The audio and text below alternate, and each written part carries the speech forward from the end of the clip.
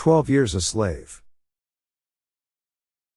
In his hometown of Saratoga, New York, Solomon Northup, a free Negro who was a skilled carpenter and violinist, was approached by two circus promoters, Brown and Hamilton.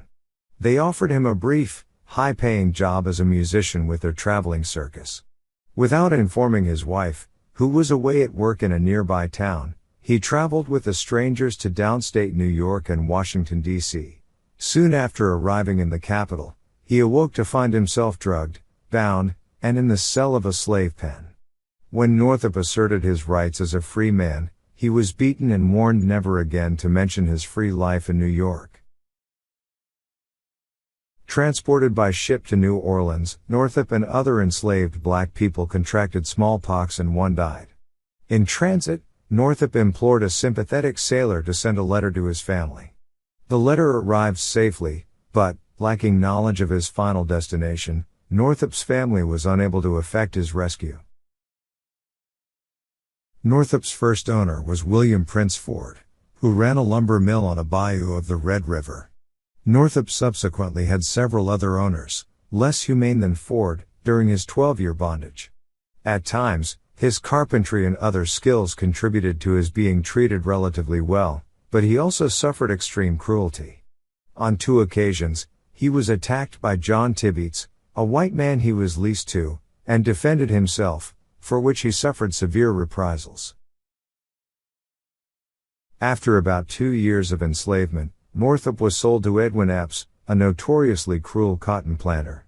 Epps held Northup enslaved for 10 years, during which time he assigned the New Yorker to various roles from cotton picker, to hauler to driver, which required Northup to oversee the work of fellow slaves and punish them for undesirable behavior.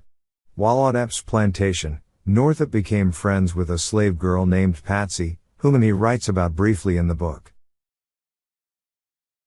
After being beaten for claiming his free status in Washington, D.C., Northup in the ensuing 12 years did not reveal his true history again to a single person, slave or owner. Finally he confided his story to Samuel Bass, a white carpenter and abolitionist from Canada working at the Epps plantation. Bass, at great risk to himself, sent letters to Northup's wife and friends in Saratoga. Parker, a white shopkeeper, received one of the letters and sought assistance from Henry B. Northup, a white attorney and politician whose family had held and freed Solomon Northup's father and with whom Solomon had a longtime friendship. Henry contacted New York state officials. As the state had passed a law in 1840 to provide financial resources for the rescue of citizens kidnapped into slavery, the governor appointed Henry Northup as an agent to travel to Louisiana and work with law enforcement to free Solomon. Once in Louisiana, Henry Northup hired local Avoyelles Parish attorney, John P. Wadill, to assist in securing Solomon Northup's freedom. After a variety of bureaucratic measures and searches were undertaken, the attorney succeeded in locating Solomon and freeing him from the plantation. Northup later filed charges against the men who sold him into slavery but was unsuccessful in his suit. He returned to New York and reunited with his family there. Northup concludes his narrative with the following statement. My narrative is at an end. I have no comments to make upon the subject of slavery. Those who read this book may form their own opinions of the peculiar institution. What it may be in other states, I do not profess to know. What it is in the region of Red River, is truly and faithfully delineated in these pages. This is no fiction, no exaggeration. If I have failed in anything, it has been in presenting to the reader too prominently the bright side of the picture.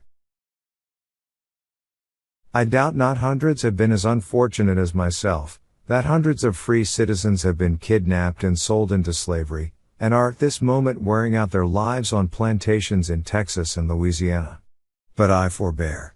Chastened and subdued in spirit by the sufferings I have borne, and thankful to that good being through whose mercy I have been restored to happiness and liberty, I hope henceforward to lead an upright though lowly life, and rest at last in the churchyard where my Father sleeps.